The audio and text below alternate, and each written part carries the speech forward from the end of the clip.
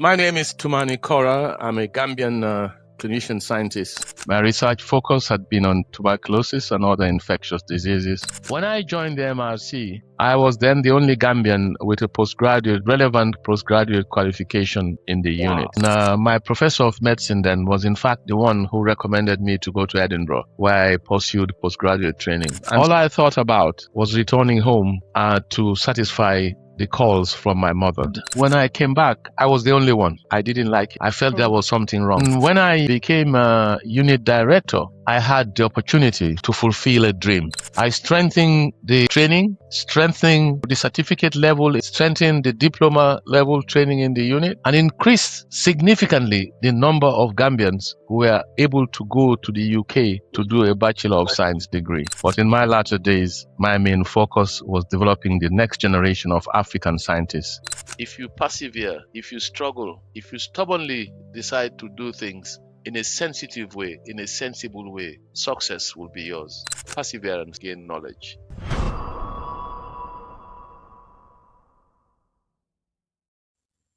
Welcome to D2Africa Stories, the podcast on the scientific leadership in Africa.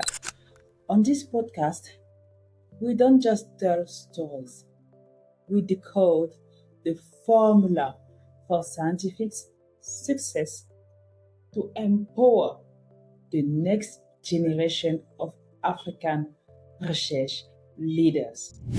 I am your host, I am Dr. Luria Fono, and in today's episode, I sat down with a man who did not just navigate the history of African science, he wrote the narrative of Africa.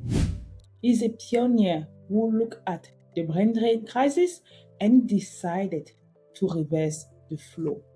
And the visionary founder of the Africa Research Excellence Fund. He is a giant upon whose shoulders we all stand. My guest today is Professor Sir Tumani Corrah, and I'm very humbled to have us on this podcast today because in this discussion we realize that it is very, very much possible to thrive starting from a street that we call perseverance, not famous, but rather as an area where scarcity was providing to global leadership, global impact. Without further ado, let's get started. Thank you, Prof. Tumani Corrah. Who are you and what are we going to learn today? My name is Tumani Corrah. I'm a Gambian clinician scientist who has worked a significant part of his life in our beloved continent. A privileged one who rose through the ranks from a clinician to direct one of Africa's better known research units, that is the MRC unit, the Gambia.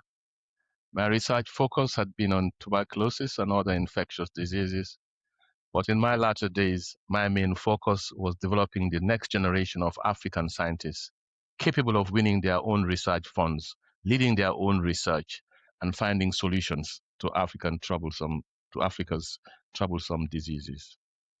Wow. Yes, you did a massive impact, I think, in empowering research with your foundation AREF. And we've seen also your massive stride in infectious diseases at the MRC Gambia. And I know that you were knighted by the King of United Kingdom, which is one of the highest honor a person can receive for service to the world. When you look at that medal today, and you look back at you 40 years earlier in your journey, from a young doctor in Gambia to global leader, what does this kind of honor mean to you? Well, just a little correction. I was honored by Her Majesty the Queen. Yes. Not by Her Majesty the King. The Queen. And it was for commitment and contributions to clinical research and to research capacity strengthening in the Gambia and beyond.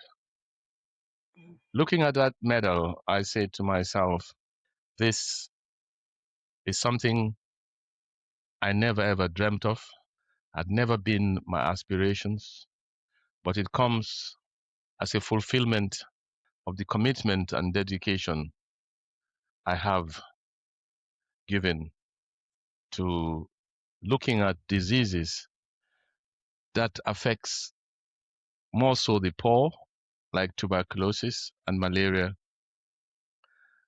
but also providing health services not only through research, but my volunteer work to the Methodist Church, the Gambia, providing them with free clinical services in terms of specialty. It also reminds me of the days when I opened up the doors of the MRC to as many African researchers as possible, providing them with the knowledge and skills required to win their own research funds, research their own research programs, and work on diseases that affect the continent.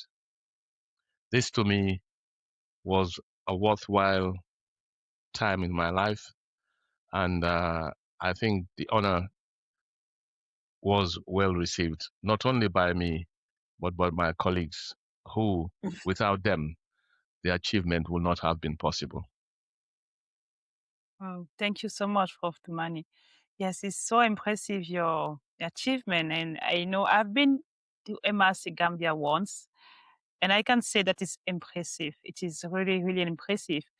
But I guess it was not like that when you came back or returned back to Gambia. Can you travel back with us to your return to Gambia in the 80s or 90s? Yes, I returned to the Gambia in the 80s. Before then, I had an impression about the MRC unit, the Gambia. The first time I ever entered MRC unit was when I was a sixth former, and I came in to play cricket. I loved playing cricket a lot. I came with my school colleagues, and I remembered being walked into the compound and playing cricket, and then being walked out of the compound again after the cricket match. And I wondered, what's so secretive about this place that all we can do is walk in, play cricket, and walk out? So it was therefore quite a chilling experience when one day, sitting in my flat in the UK, I got a phone call from the then unit director of the MRC, who wanted to have a conversation with me. Invited me to London, and of course I attended. And little did I know that I was actually attending an interview, because I met with quite a group of people. Well, to cut a long story short, two things came out of that meeting. That is, one, that the people who were in that room felt he should try and convince me to join them in the Gambia. And the second thing he said to me, which is of a lasting memory, was that, look, unless people like yourself with your skills join us in the unit as a Gambian, it will be difficult to change the status quo. And what that meant, actually, in a few words, is that the salary pattern was not functional at that stage for people like me returning home with my qualification. It was an enigma, and deciding my salary was quite a problem. And so they finally ended deciding to pay me what a Gambian consultant physician would earn at the government hospital. Now, needless to say, this was significantly much less than I was earning in the UK, and even more significantly much less than I was earning by my colleagues, that was being earned by my colleagues in the MRC at that time with same qualifications from UK institution.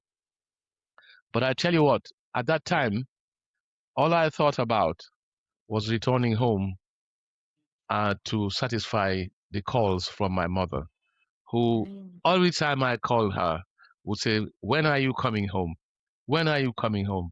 You told me you've passed your exams. I doubt whether you passed your exams.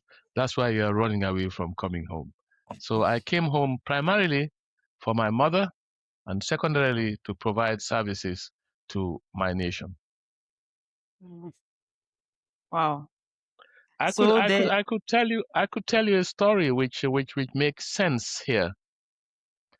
When I joined the MRC, I was then the only Gambian with a relevant postgraduate qualification in the unit. Oh, wow. And all others with that level of qualification were non-Gambians. They were basically Europeans. And at that time, the first Friday of every month, or the last Friday of every month in the mid-80s, the MRC would have an open talk when actually Gambians, people living in the Gambia, were invited to the MRC to listen to the ongoing work that was being carried out by the unit. And so it was malaria made simple to the understanding of the general population, pneumonia made simple to the understanding of the general population, so that they know why the MRC and what the MRC was doing. So at the end of this, all the staff, the European staff mainly, but I could say all of them, would march to a nearby hotel called Francisco's. It no longer exists. And that was a place where you met for dinner and for drinks. So, of course, being at the same level of qualification, I went with them on their invitation, of course. And we had food, we had drinks, and of course, each and every one paid for themselves. It was then it occurred to me that I really could not afford that luxury. That the days of spend big with a big salary was over. So these were the early impressions that the main differentials was the scientifically skilled people were mainly Europeans, all Europeans except myself when I joined. Of course, later others joined. And second thing, that the affordability of the nice things in life was far beyond my salary could afford those days. Okay, so when you came back to the Gambia, was there a moment then that you realized that you want to go back to UK and you can't afford it anymore? Well, yes, but for various reasons. I spent some time in Ibadan in my early life as a doctor, where I was. I had a presence in the place, and my professor of medicine then was in fact the one who recommended me to go to Edinburgh, where I pursued postgraduate training. And so I was tempted to go back, and in fact I reached out to him, and he said to me, "You can come anytime you want. I miss you." He was particularly nice to me.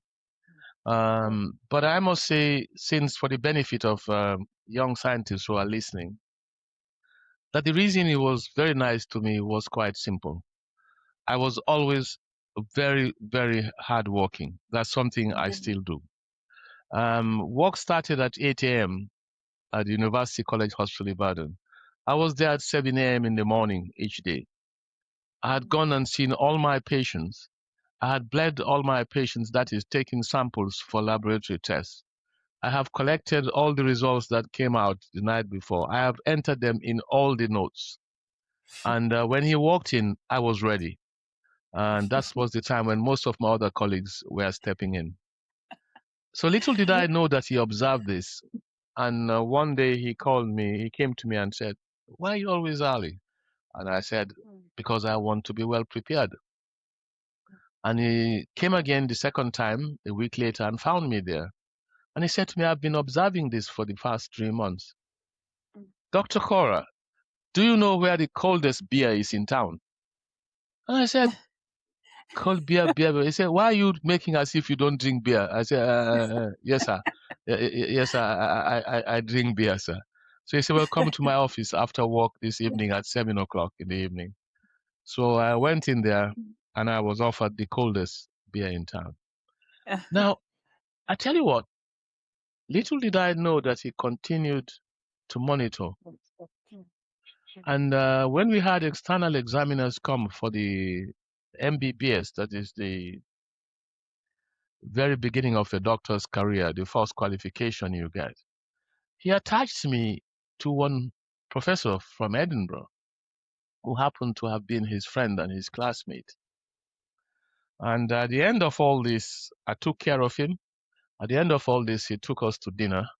And he turned to this guy and he said, John, this young man has a potential. I want you to look after him. And so that's the beginning of my journey in life in postgraduate medicine, because I later on found myself to Edinburgh, to John McDermott's area, having been introduced to John McDermott by John Strong. And that's how my life as a specialist physician started. So the message to everyone listening is hard work. Another thing I think I can mention here is, which is useful, I hope, to the young listeners, was I could remember the very day the same Brian Greenwood who had invited me to join his unit in the Gambia asked me for a meeting. I went into his room and he too had observed that I was very hardworking. And he said to me, it's time for you to do a PhD. I know you're a member of the Royal College of Physicians, but it's time for you to do a PhD if you want to stay on in research. So he then gave me 3 potential research topics. They were all on malaria. And I said to him, these are all malaria. He said, yes. You don't like malaria? I said, well, I like malaria because malaria is a problem in the continent. But I'm a trained chest physician, and tuberculosis is rampant in Africa. And in particular, looking at children, I believe they are being wrongly diagnosed, quite often wrongly diagnosed as TB, because they don't give you sputum, so you cannot look for it. The X-rays are not well defined, so what do? So you end up on quite few occasions, if not regularly, treat children with tuberculosis, children with presumed tuberculosis without any confirmation. In the adults, you could get sputum and confirm it. So I said I wanted to do TB. There was no TB in the unit then. But this is where my stubbornness moved me in a positive direction. In that we then contacted someone in University College London and got me registered for a TB PhD. And I tell you what, today in the unit, TB is one of the main areas of research. So my stubbornness, I could say, yielded benefits for African researchers who are now working on TB, who received their initial training on tuberculosis research from the unit. So stubbornness, hard work are 2 things I cherish. Stubbornness and hard work. You mentioned a lot hard work, and you share how you were going at 7 a.m. early in the morning at the hospital to make sure to be ready when your boss was coming. And I wonder if you feel that this kind of hard work and stubbornness, or let's say it's passion, is still living in the young scientists you see or train every day. Yes and no. There are some who are super hardworking, and I must say this is the majority of them who've decided that research is their way forward. They look around, young scientists. We are either direct or indirect mentees. We don't realize this, but they watch us around. The person watching you might not be your mentee, but he sees you at work early in the morning. He sees you in the lab late at night. He sees the amount of time you spend talking to the young ones coming up. And that person, he or she, admires you. And the reason they admire you is for your hard work, your commitment, and your willingness to grow the next generation.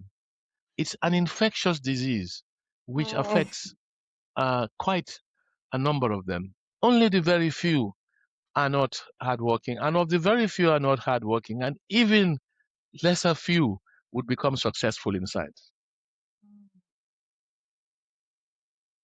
Okay. So you feel that there are many people are hardworking, that the majority of researchers are hardworking, and just very few are not hardworking.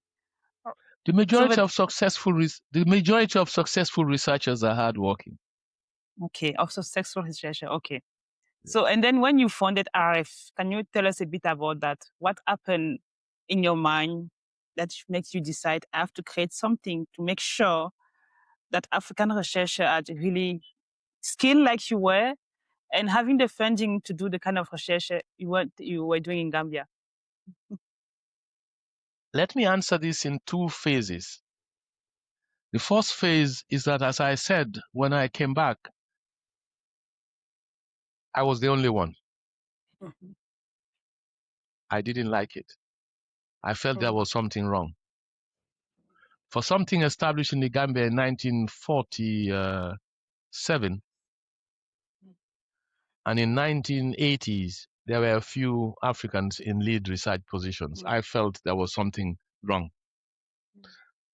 I took this up as a challenge, and I encouraged every young person who worked in the unit, to the point where I assisted people and actually paid for them to repeat their O levels and their A levels, people who were working in the unit. Because for me, I say education is the key to our success.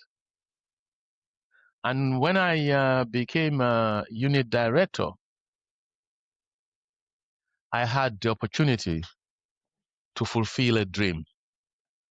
I strengthened the training in the unit, strengthening the diploma, the certificate level in the unit training program, strengthen the diploma level training in the unit, and increase significantly the number of Gambians who were able to go to the UK to do a Bachelor of Science degree.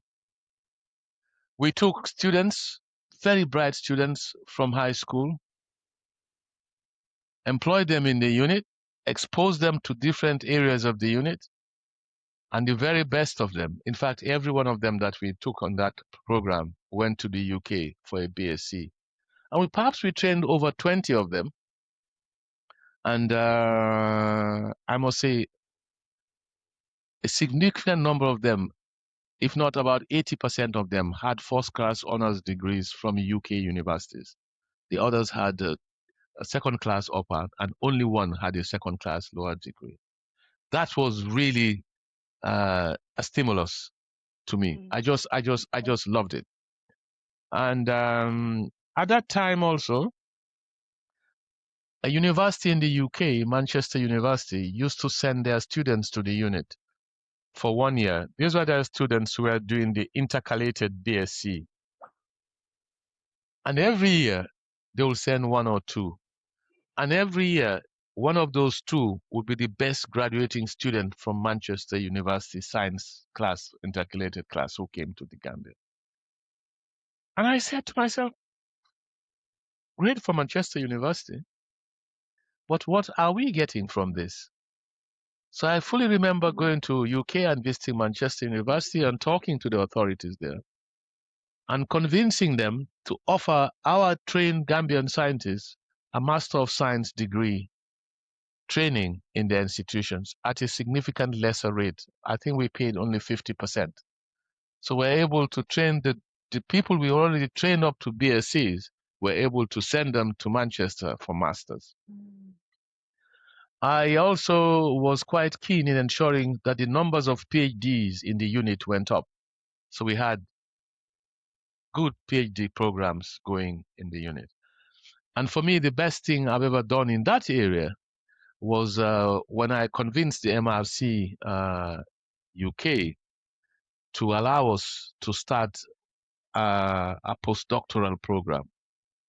Because I felt that a postdoctoral program is the time when you can identify the future scientist. He's already got his PhD. It's a time when he should start to think about things he or she wants to do. It's a time when he or she has to have the wherewithal, if not all, to do what they want to do. So about 2 years, I had been director for about 10 years, and I started saying to myself, it is time that somebody else takes over this mantle. 10 years is long. 10 years is good enough. Somebody must come in with fresh ideas. And so I spoke to the MRC unit, actually, and we agreed on a day I was leaving, but they were interested in finding out about what I was going to do next, because they felt, why are you leaving? To do what? Yes. And they said to me, we suspect you're going to do something about research capacity strengthening. And I said, yes, that's what I'm going to do. They said, then you don't have to leave. We can work together on this. Oh. But I tell you what, it was not as easy as that, because the MRC mandate could only fund such type of training within the UK or to MRC units outside of the UK. So we had only Uganda and the Gambia. But I said, no, this problem is an African-wide problem. It's not an MRC Africa problem. And they were very honest with me. They said that they couldn't provide the funding for everywhere in Africa at that time, because they already had other training they were offering. But they offered me a significant sum of money to start it off, and I was clearly told that to run this program, I would need to raise external funds. So that's how. And then I was appointed the first Director Africa Research Development Office. And so that platform provided me with the wherewithal to establish the Africa Research Excellence Fund, now well known as AREF. Now you ask a question. I've given you the first part of the story. But when I was retiring, there was a touching incident. I never knew that all the people who benefited from the training I had offered had come together to celebrate me. And that was something else. I was not aware. I was called at the moment. I went out and I saw them all dressed in white. And in the picture of myself was on the front of their chests. Boys and girls, men and women, all of them wearing the same thing. And when they turned their backs, I could not help but shed a tear, because on it was inscribed, on the back of the T-shirts, was inscribed, changed our lives forever. And change our lives forever. It's here. It's always in my office. There's a picture of it out there. Every time I look at it, I feel like doing more. It just makes me want to do more every time I look at it. But I tell you why I was keen to establish AREF. Look at all the recent major killers that you're aware of. Think about HIV. Think about Ebola. Think about COVID. Think about Mpox, which you now know. When you think of Ebola,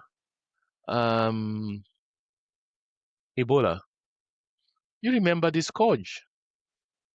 It was basically, I would say, an African thing. The continent struggled. There was no respite. Only until COVID went out of the African continent to Europe and to the US. Yes. Look at HIV/AIDS. The same story unveils when it affects other parts of the world. Then more direct attention is paid to it. And Nadia, I can go on with all the other diseases, major, what you might call pandemics or epidemics. I am reliably informed that if you go to Central Africa today, in the pubs, in the bars, people will say, my God. we're here, we don't know when mpox would attack us. And if it comes, would it be the same story as the COVID story? That the vaccines are not enough and other ways, preventive ways, we are not aware of, are more aligned with. Not aware of, but more aligned with. But when you look at the latest one, COVID, that started outside of our continent, the rapid response with which a solution was found, I know that of course the science was ready for it, but the amount of money that went in, the preventive measures, and the results were staggering. So this message to us is quite clear. We must wake up and smell the coffee, that we must be prepared to take care of ourselves. We cannot continue to be dependent on the outside world for our health needs. We should be prepared and equipped well enough to work with others to find solutions to our problems, but not to be totally dependent. I am one who strongly believes that Africa's health research agenda must be defined and must be led by Africans, working together with like-minded people to find common solutions. To do this, we need to develop a next generation of African scientists with the knowledge and skills to tackle such diseases. Listen, like it or not, the next epidemic, the next pandemic will come. The only question we have is not if, but when. So this little effort that AREF is providing is basically to develop a community of health researchers with the knowledge and skills to win international funding to be able to carry out their own research. I stress international funding because our governments to date are not putting enough money into research capacity development. We are not putting enough money into building research labs in the position to carry out research. Look, there is not a word to put it but to say, sadly, if you look at research institutions in Africa today, now this is a disclaimer, this is me ranking them. If you rank 10 leading research institutions today in Africa, I doubt whether you can list any African funded research institution. It will be the MRC units, which are UK funded. It will be the Pasteur Research Institutes, which are France funded. It could be the Wellcome Trust, which are up there. It could be the other institutions that are predominantly funded, even though they're carrying African names with them, by global funds from the US, from the UK, etc. The time is right for African scientists in Africa to have the wherewithal, knowledge, skills to win their own research funding and to carry out the research that would impact on the lives of people not only in our continent, but globally. I mentioned some diseases in the past. Why did anyone ever coin a name such as neglected tropical diseases? Who neglects neglected tropical diseases? a disease which affects over 1 billion people, the poorest of the poor.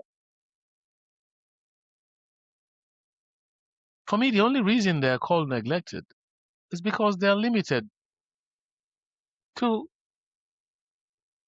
poor environment and inhabitants of that poor environment.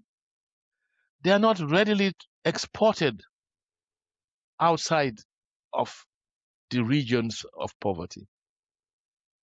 I would say there has been some significant support now, but these are later years, quite latter years. But I think if Africa or the other parts of the world, or more let me focus on Africa, had provided funds to these talented young people we have, then the terminology neglected tropical diseases will never have come. And listen, go to any big research institution in the world, you'll find at least one African scientist doing significant scientific research.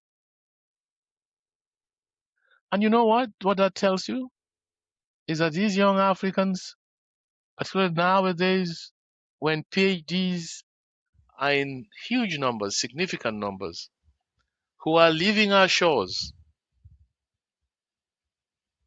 are those who will become those significant players in those institutions. Why not keep them in our continent? And I tell you what, the story is simple. If I was privileged, honored to serve in a number of grant award bodies, and quite often I saw brilliant young boys and girls come in to look for funding to carry out research in their own local institutions. These are talented individuals. But it dawned on me, and this is one of the reasons AREF was founded, that these bright, talented young boys and girls had brilliant research ideas, but lacked a basic skill of translating a research idea into a fundable research project. And that is where you need skills in grant writing. If you cannot convince funders, you will never be funded. First of all, you have to have the research idea, of course, but you must have the skills to translate that into a fundable research project. And then the next thing was the ability to publish. If you cannot publish your research findings, no one will ever know of you. So your name will not appear in a bibliograph on PubMed or anywhere else. So your chances of getting the next research grant becomes problematic. So what happens to these young Africans who try once or twice? Of course, some of them do get grants, and increasingly so. They stop working in research institutions in the continent, in their hospitals, and they pick up jobs with NGOs. They pick up jobs with WHO, with UNICEF, with UNESCO, where they are better paid. And Africa has lost a potential talent of future researcher. Others even leave science to go into private business. We know this. I've met friends who said to me, "Oh, I've got a poultry, or I've got a palm kernel farm." Why? Because I can't get funding for my research. If I stay in the research institution, all I do is teach. By the time I'm finished teaching, I'm tired. And when I go home, all I want to do is sleep, and my pay is miserable. So I'd rather leave it and do something else. But the story here is that those who are successful finding research institutions outside hardly ever come back. So we lose a talent. Que dans l'élite recherche accélérateur, le programme que j'ai développé, on commence toujours par le module de calibration. et de positionnement. Celui-là qui t'aide à clarifier qui tu es comme chercheur, quelle trajectoire tu construis et comment les bailleurs de fonds te perçoivent. Si tu veux travailler ces 4 critères, je te laisse le lien de Edit Research Accelerator dans la description qui contient tous les modules nécessaires pour te transformer en leader scientifique. Si tu tapes le code D2Africa, tu auras d'ailleurs un bonus de 50% immédiatement appliqué pour le Edit Research Accelerator. Ne manque pas cette opportunité. Wow.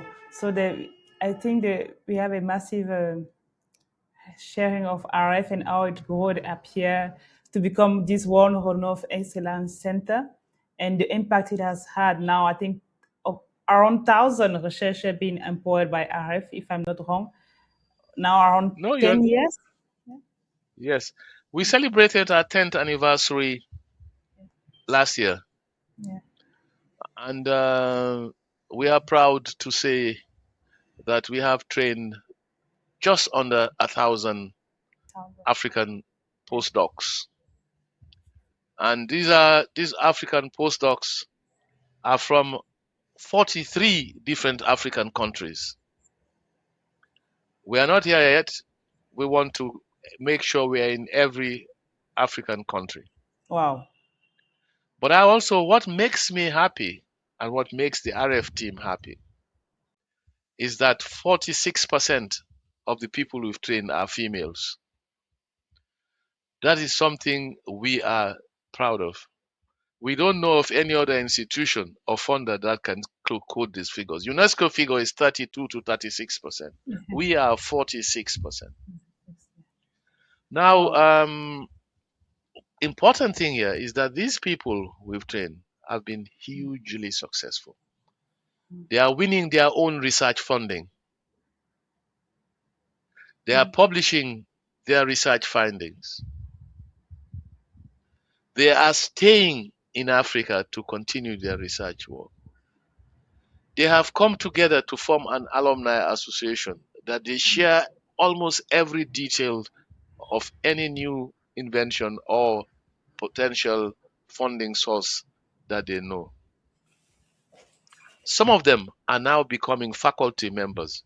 So they are now part of the AREF faculty, delivering the necessary teaching that is required for the others to benefit from. For me, the biggest achievement of AREF today is that AREF is looking to the future. And the leader of the AREF, the chief executive officer, has a key role to play. And we just under 2 years ago appointed one of our alumnus to be the AREF CEO. She was a fellow of the AREF thing. She took part in our leadership training.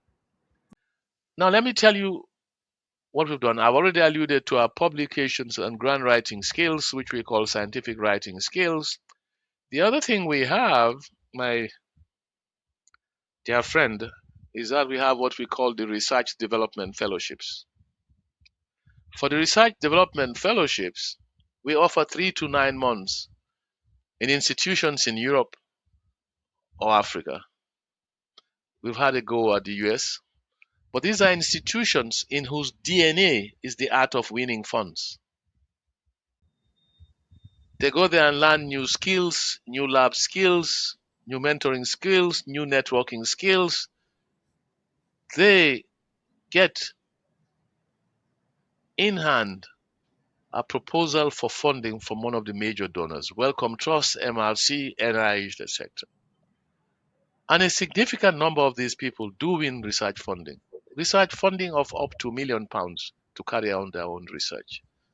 The minimum figure I could remember, pluck of the head from a Wellcome Trust grant, is £250,000 that they've won. Some of our people we've trained have won up to, I know 1 or 2 people who've won 4 million, cumulatively £4 million of research funds. So the AREF thing is working. They are winning significant funds. They are cascading their knowledge to people in their institutions, and they're becoming faculty members for AREF. They are publishing. Few of them have become professors. So AREF has one problem, a problem I'll share. The demand on AREF is unbelievably high. So look, if we put out a call for our research development fellowships, this 3 to 9 months thing, and the first week we receive 900 queries, people who want to find out more about it.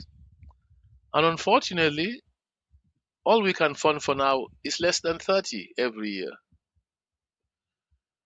So our success far outstrips the amount of money we are raising currently. But we can talk about funding and funding issues later. I want us to Because go the back other to thing, yeah. yes, the other area we look out for is research leadership training. Because if you know how to win your own funds, if you know how to publish your own papers, you must also have the skills to lead yourself and also a research team. It is very important. Analyse research leadership program is also yielding dividends, such as our CEO was one of the first cohorts of people we trained in research and leadership development.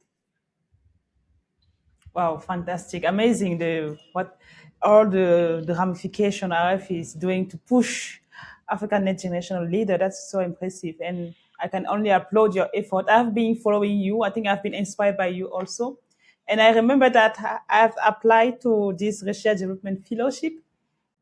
I even won it. I think you are the one you took your time to come and try to guide me because I was scared. How am I going to do it? My kids, they were so babies. You say, no, don't you have a mother to help you with this baby? Go and apply. And I went to apply. The first time I got rejected and I applied the next year and I won that one.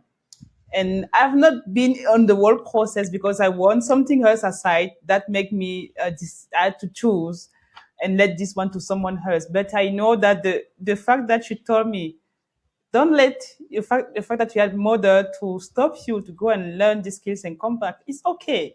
It's okay. So it gave me more courage, and I think I'm very, very grateful for this moment of discussion with you. That was so privileged to me, and I'm very grateful for that and everything you are doing. But I want to go back a bit on what you have been saying. You have been saying so many things. The first thing you mentioned about those researchers who try once, twice, thrice, and they don't win independent grants. So after that, they used to stop and go doing agriculture or teaching only, and they say they can't continue because their salary is small and miserable. What do you think is the trap they are falling to when they decide to give up? Or is there any trap even? What happened? What do you think happened in their mind when they stop? I mean, first of all, I think the majority of those people are people who are not fully committed to research, and perhaps it's not so bad that they drop off at the early stage because the researcher journey is a very difficult, very difficult journey. I will tell you. Let me choose one story. I remember sitting having a conversation with a friend of mine who was quite a senior researcher. He had won research funding from a certain institution for a PhD. That very institution gave him his first research grant, his second research grant, until he became a senior researcher. And then that institution suddenly stopped funding him. You can imagine how that person felt. So, what I'm trying to say is that there's a possibility of a roadblock. There are so many roadblocks in a research career, and very few of the numbers who embark on it will ever go successfully to the end. So it's a weeding process. It becomes competitive the higher you go. It is true that a significant number now acquire the skills to continue to research to receive those research funds. The people who drop out early, particularly those who drop out after one or two attempts, I believe did not actually fully consider when they were trying to get into this research field of the roadblocks. But that does not mean that we are not losing very, very talented people. And those are the people that I worry about. So one of the reasons that AREF was created is that if you are successful in knowing how to win your own grants, then you probably stay on, because the very first time or the second time you apply, you probably win a grant. Most of those people who are putting in grants applications who were failing were not prepared for it. They were just told, "Oh, there's funding here. Go and apply." But I carefully chose my words when I said the ability to translate a research idea into a fundable research project. It is that skill which is usually missing in these people. Provide them with that skills and you increase their chances of winning grant tenfold. So there are those there. Others, whether we like it or not, love money. And if you're being paid now, I'm just saying this, £100 a month by your research institution, and then UNESCO or WHO pays £500 a month, there are a significant number of us will follow that trend. So that explains it. The ones that I'm really concerned about, those who try and don't get it and then drop off. But I think, as I said, if you give them the required skills, these are bright boys and girls, men and women. Their chances of winning a grant increases significantly. So they bother me. So those are ones that bother me. The other ones that that bother me is those who go away with the aim of becoming researchers and never climb up the ladder in the institutions where they are, but more importantly, focus on the new lifestyle they've gotten outside of the continent. Fantastic schools, nice, lovely houses, theaters, cinemas. Those are good things in life, and some of them don't continue focusing on research, but doing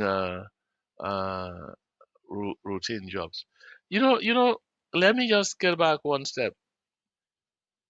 If you do not have the knowledge and skills to write and win your own research funding, and you stay in research, all you'll continue to do is to do research and not think about research, because all the research funds come with projects already written mainly from outside. And what you are the one who carries out the research. So you're a doer, you're a research doer, for want of a better word, and not a research instigator.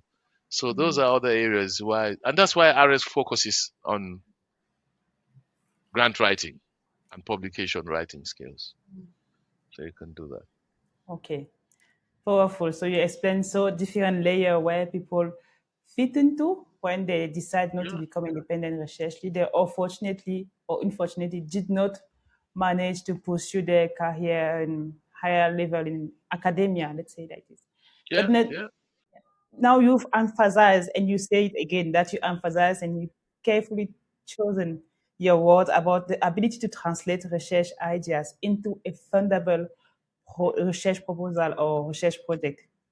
And you say that when it's missing, usually you keep being a doer instead of an instigator. But then, is there any pattern you look into this this research leader who managed to do it properly? Yes, yes, oh yes. Look, if you attend the grant writing program when we run them, and we run them quite regularly, I think 2 or 3 times a year, and you can see the potentials that they have. You can, it's a commitment. And what we've done now, we've changed our grant writing thing.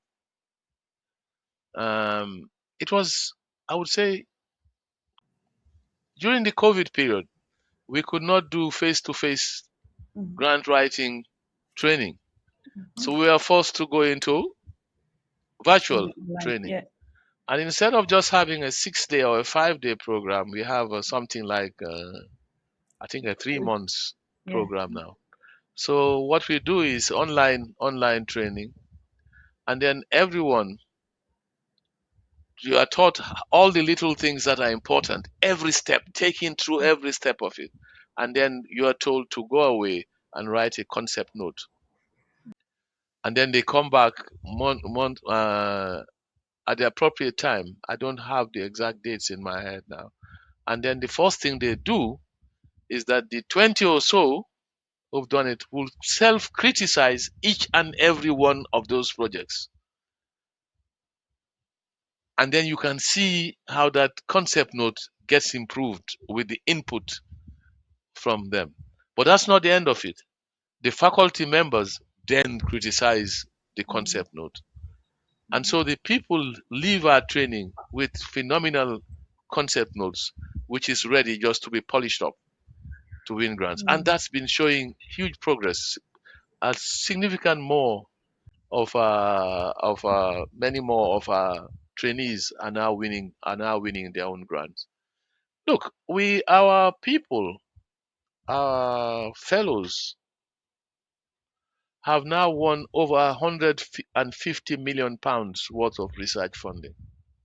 I said our fellows who have gone through AREF training have now won over 150 million pounds of their own research funds.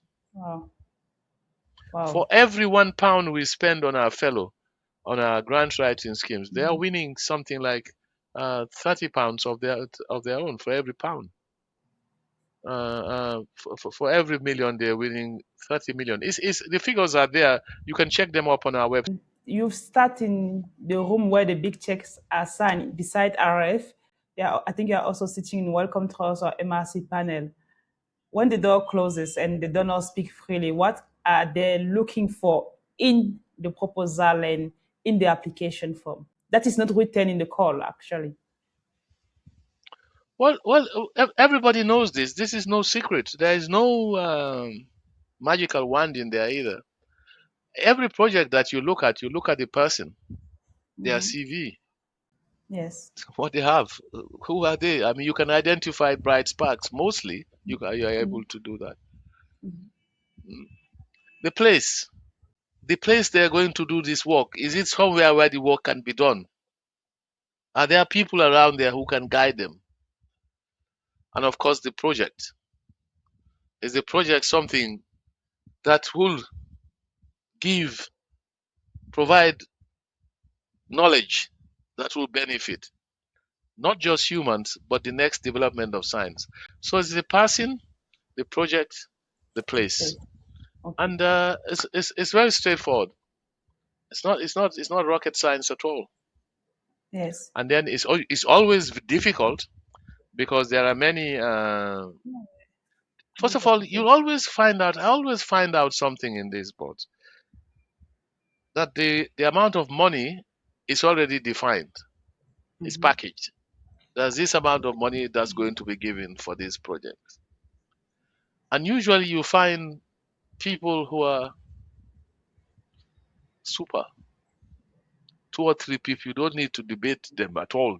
They've won it even before they leave the room, because the person they are, the project, how exciting, how interesting is, how novel it is, and the place. There's a culture there of doing research. There's etc. Then you find a lot of people clustered together, and then you find people who are just not fundable. So you just start from the top and fund until where you reach. And sometimes you try to see whether you can get more funding from the donor, and you can cut there some sums that are carried out. Um, you ask for 50,000, and perhaps you get, when you look at it, the budget, you say this project can be done with 45,000. So that 5,000 is scraped off, and you scrape off some to add them together, and you give it to the next candidate. The money is spent on the successful candidates. But you must look, if you let's look at some terrible things here. You've never published. You are a biochemist and you want to work on a physiology project. I'm just giving you these type of things. So that's why the passing is very keen, and the project is keen, and the place is those three things. Let them always remember that: the passing, the project, and the place. All right. The three P's. Okay, 3 P's, yes. Okay, well noted, Prof. Tumani. So beside, this is one part of the grant, and then you talk about, you did massive science in Africa in tuberculosis and other infectious diseases, but beside the publication skills and scientific writing skills and leadership skills, is there any other skills that a researcher today needs to have in his portfolio, on his CV? Oh yes. Oh yes. Communications. Right. Communications and communications is key. I mean, communications is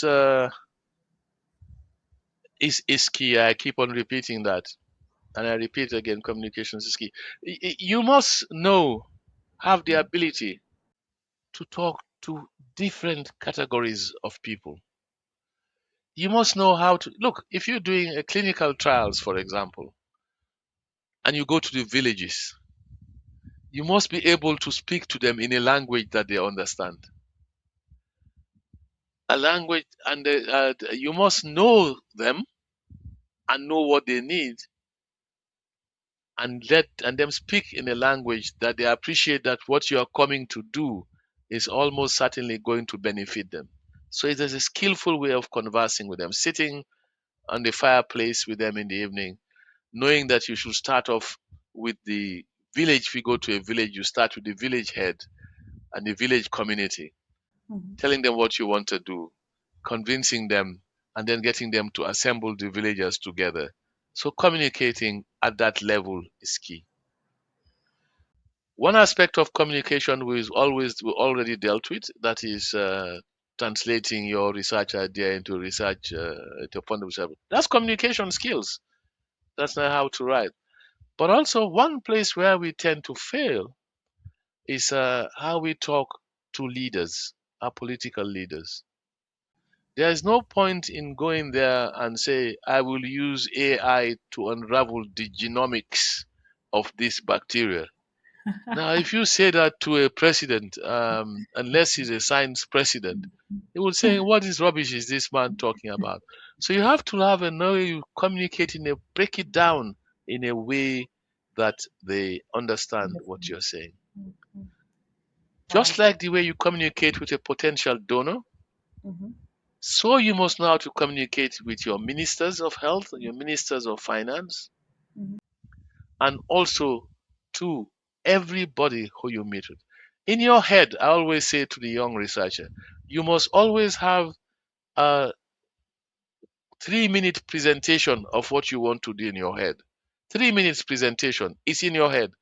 You're in a lift, you're coming down a lift, and you meet a professor there or a potential donor, and all you have the time to talk is coming from the 17th floor in New York to the ground floor. You should be able to do a presentation in that period of time in a language that is understandable. So it's communications. In our training program, we offer communication skills. We have ex-minister who comes to talk to these fellows that we are training.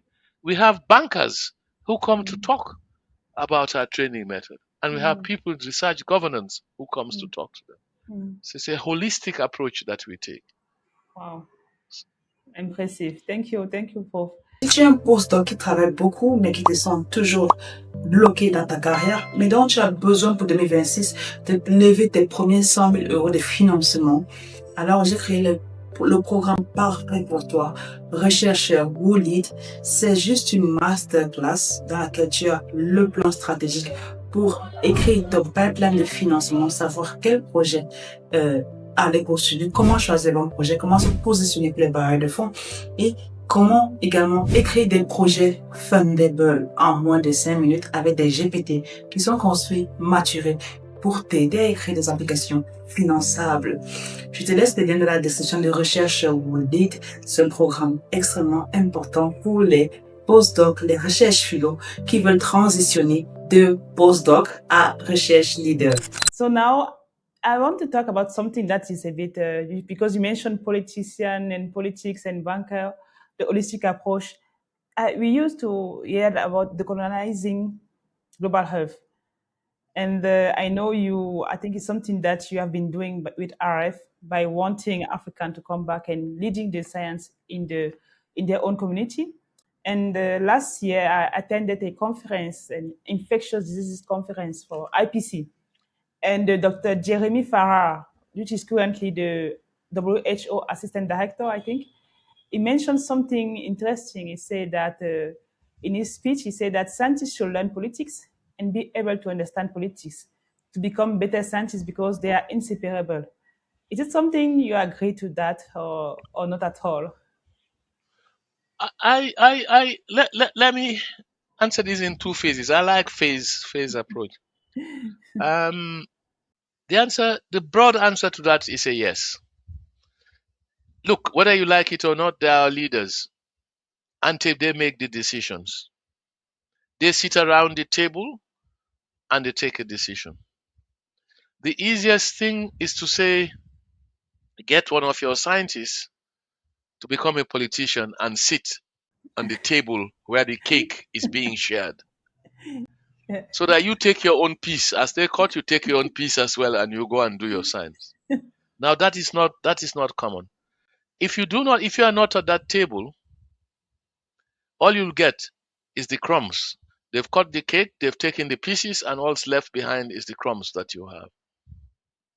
But you have an opportunity to talk to them. You have an opportunity to go to the office. I still believe that perhaps most of us make the same mistakes. We have some brilliant research ideas. We carry out the research. We have some findings, and then we take it to the politicians to tell them that see what we've done. Can we have some more money?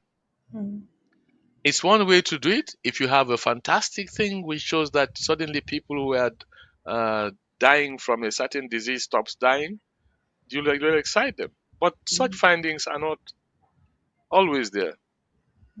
I think the approach should be different. I think we should be more closely linked with our Ministry of Health, particularly with the Department of Research. And we go in there and say to them,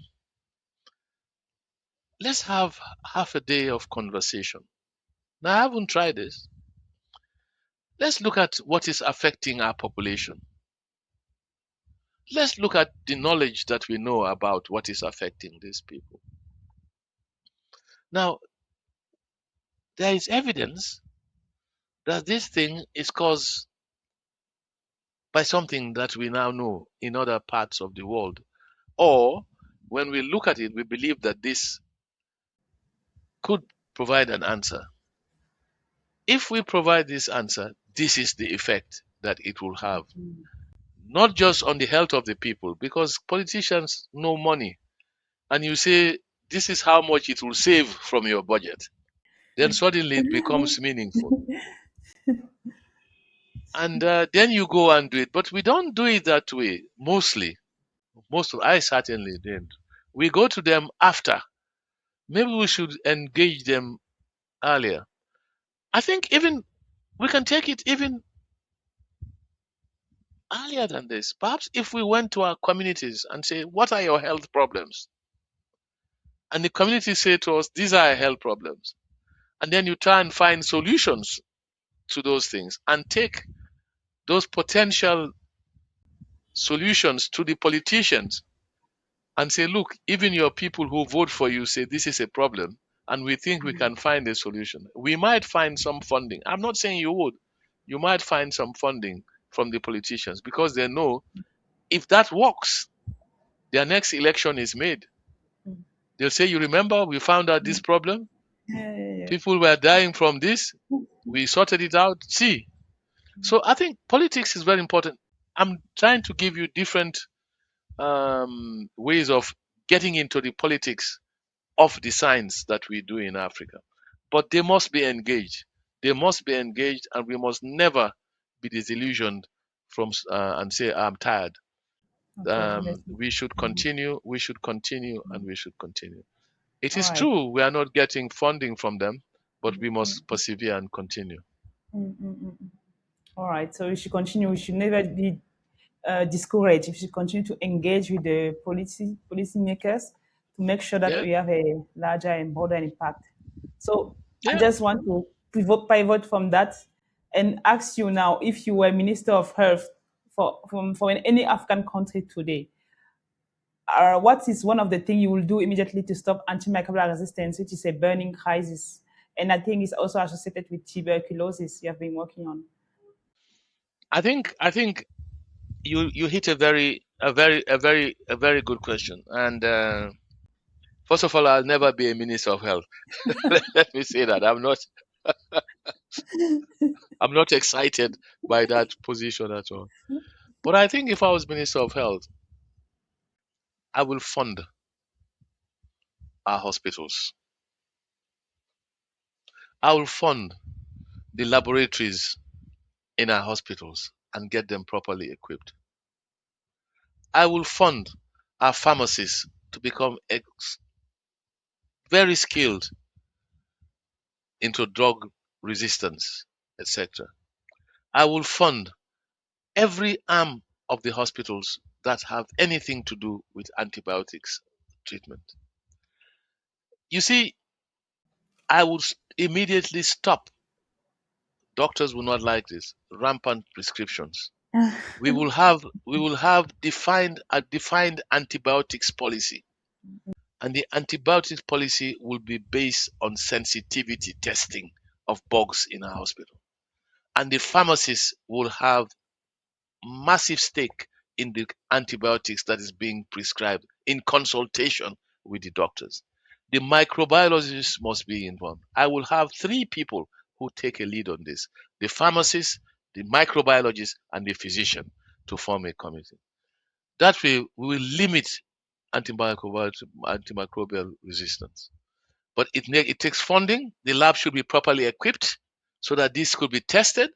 Resistant bugs could be picked early, sensitive organisms identified, sensitivity testing done, and sensitive drugs being given. And it's by force those drugs are what is being used. It must be emphasized. A monthly review of the sensitivity pattern of the bugs we have in the hospital is a must, and there must be an oversight on the treatment regimens that we have. Wow, powerful. Powerful. Thank you for this wonderful explanation and all. An easy way to stop AMR. You say it needs fundings and need policies to stop over the counter prescription or rampant prescription of antibiotics, and certainly a collaborative approach where we have physicians, pharmacists, and microbiologists working together to make sure that we are all doing the same thing correctly, and then we are also assessing our effort with review and monitor whatever is happening. Okay, thank you so much, Prof. And I'm moving again in your whole research career. You have not talked about what you did practically in the tuberculosis. So I'm wondering, what is the key insight from your field work or from your whole career? If someone see you today and your impact in global health, what should the person go with? Well, if we look at my direct attempt at changing things, I mentioned tuberculosis in the past. I spent a lot of time trying to diagnose tuberculosis in children. It still is a problem, I'm afraid. We introduced in the unit here, when I came back, introduced ways of getting people, children, to cough by stimulating the irritating, slight irritation of their respiratory tract to cough and produce foods, collected um, gastric juices from them, collected any fluid that was possible to collect from them and look at tuberculosis. Unfortunately, we didn't get any convincing results, but it was a fair attempt, and we used the way of comparing X-rays with sensitivity um, patterns of the of whatever we can extract. Of course, we did get one or two positive diagnoses, but that was very, very small. The whole problem is that with adults, you can do what we call bronchoscopy. A patient walks in the morning and you do a lavage of the lungs and you can get things done, and that's very easy. Or you can do what we call induced sputum in adults, and they can get sputum. This is not possible in children. I went all the way to South Africa to learn skills, but it was that you need to do bronchoscopies on those children. And bronchoscopies in children is not an easy thing. You have to sedate them, anesthesia, etc. So that was an attempt. The other thing we looked at, my PhD thesis, which was quite exciting, was we looked at sputum clearance from positive to negative and short and long-term treatment. Long-term treatment was still in place and short-term treatment was coming in. So we wanted to see the rapidity of X-ray changes, whether you're on long-term or on short-term.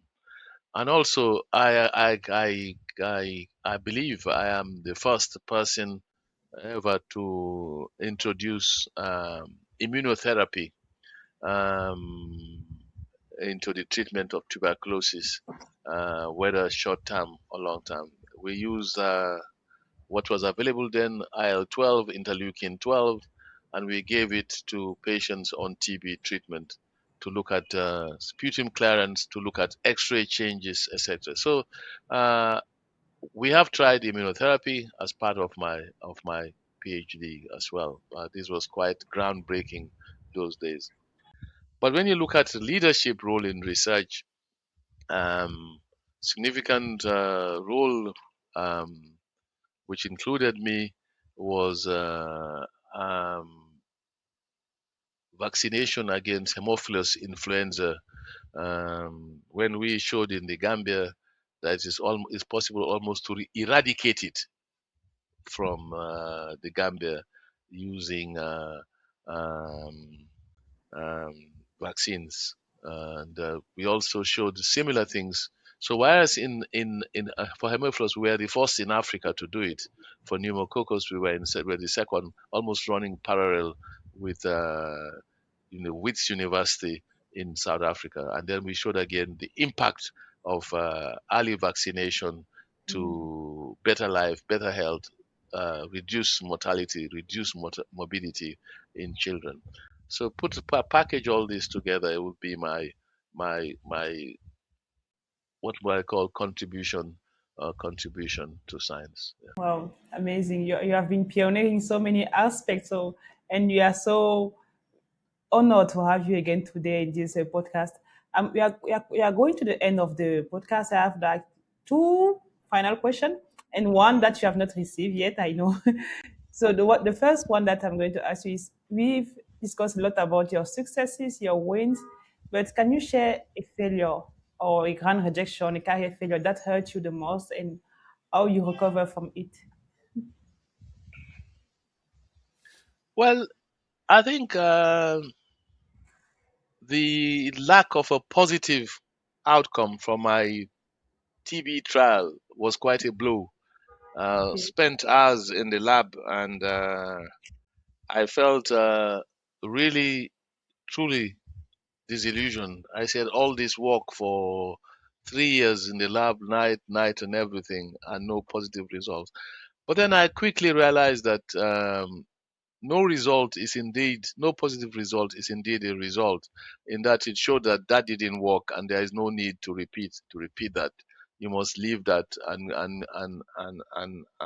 go on to higher things. I think with me there is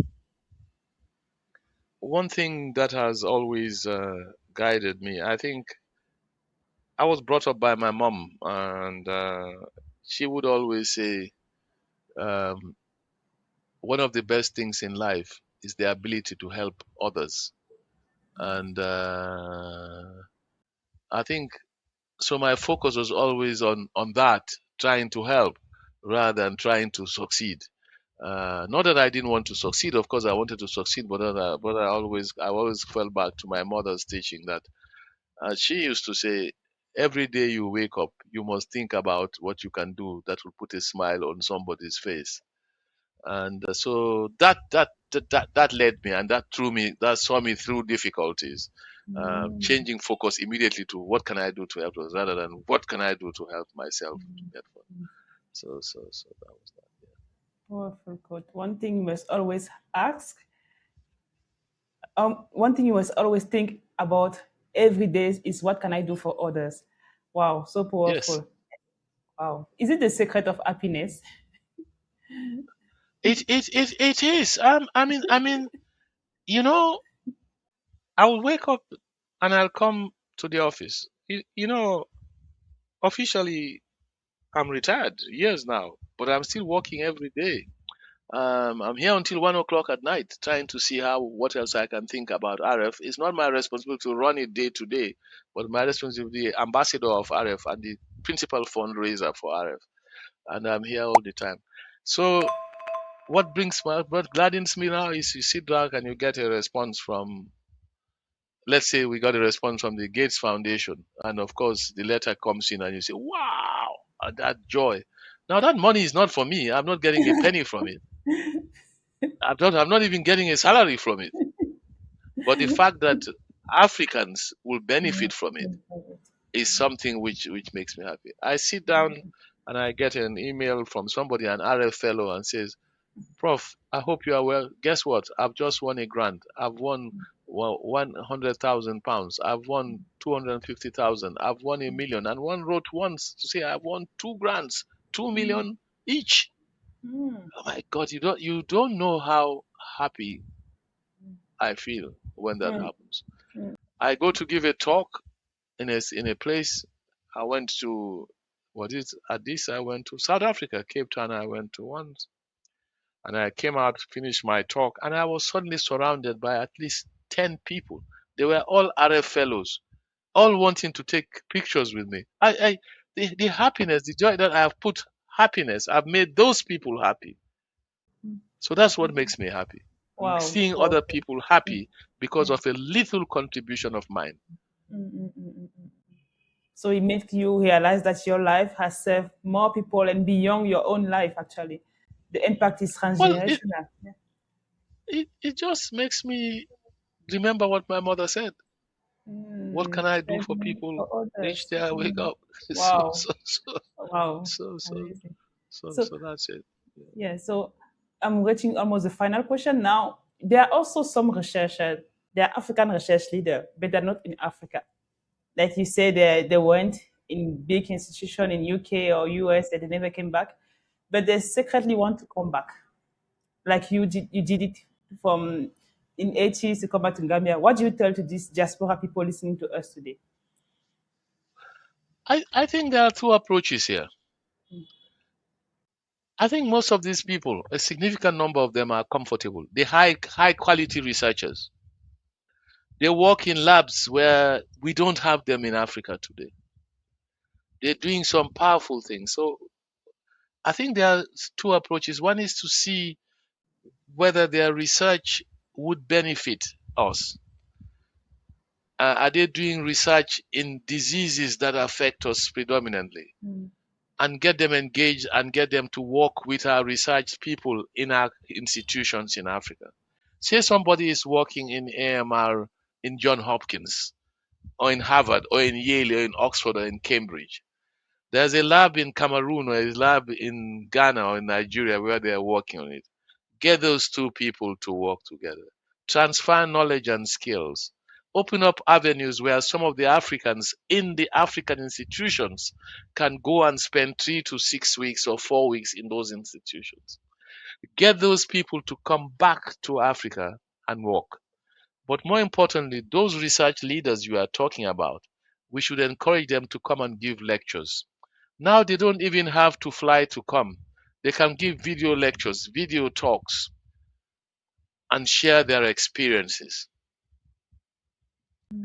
And the other thing we should be doing now is when a vacant position arises in a leading research institution, let us say an institution in Nigeria, the National Institute of Medical Research, the director's position is empty. Our government should go out and look at all those people and try and convince one or two of them to come home. Also, even ordinary researchers, I'm sorry, pardon for me using the words ordinary researchers, even intermediate level researchers should be encouraged to come home. But if our governments are to be serious, there are things which are a must. We must equip our labs. We must equip and standardize and upgrade our research environment. Money must be spent on them. You cannot get an AMR expert to fly and come and work in an institution in Africa where even the microscope is infected with fungus. That cannot happen. So we must spend money on equipping our labs, equipping our hospitals, equipping our research institutions. I have made a bold proposal before in a very big meeting, international meeting. I said what Africa needs is to bring back our diasporans, researchers, and we can bring them back in two ways. Either permanently, which is extremely difficult, or intermittently when they come and do what I've just described and go back. But we must invest in 4 labs in Africa, 4 research institutions in Africa, north, west, south, east, super equipped laboratories. Everything you need is there, owned by the African Union. So money is not an issue. And then we can now try and attract these diasporans to come and do it. My understanding is that China has done it. Yeah. China has done it. They've built fantastic laboratories. They've been able to attract their scientists back. Pay them what they are getting, what they are. They'll come. And you know what? Let's learn from China. 10 years ago, they were not the leading publishers. Today, numerically, they are. If you look at the list of leading world's best scientists based on the citation index, of which there are 644 of them or 6,400 of them, can't remember the actual. None of them are Africans. 2 years ago, there were 2 Africans in it, one Nigeria, one Kenyan. Last year, there was none. But I tell you what is really exciting for me is that in that list of lead researchers, Singapore is now there. Singapore had independence around the same time as Ghana and Nigeria. And now they're in that research heaven where the best people are. And what they've done is, I know, they've invested in research along the lines I'm saying. 2 of the previous MRC UK research gurus, head of research for MRC, when they retired, went to work in Singapore. The facilities must be there. We must invest in facilities. I don't doubt the skills. Too many talented Africans ready to soar. but the environment must be right. The environment must be right because you already have talented African scientists ready for the challenge. Wow, powerful. Powerful. Now the final question, which is a signature question. We always ask this question to all the guests before closing it. It's a very simple question. To summarize your whole life in one single word, what word will be and why that word? Stubborn individual. No. That's the word. That's the word. You want only one.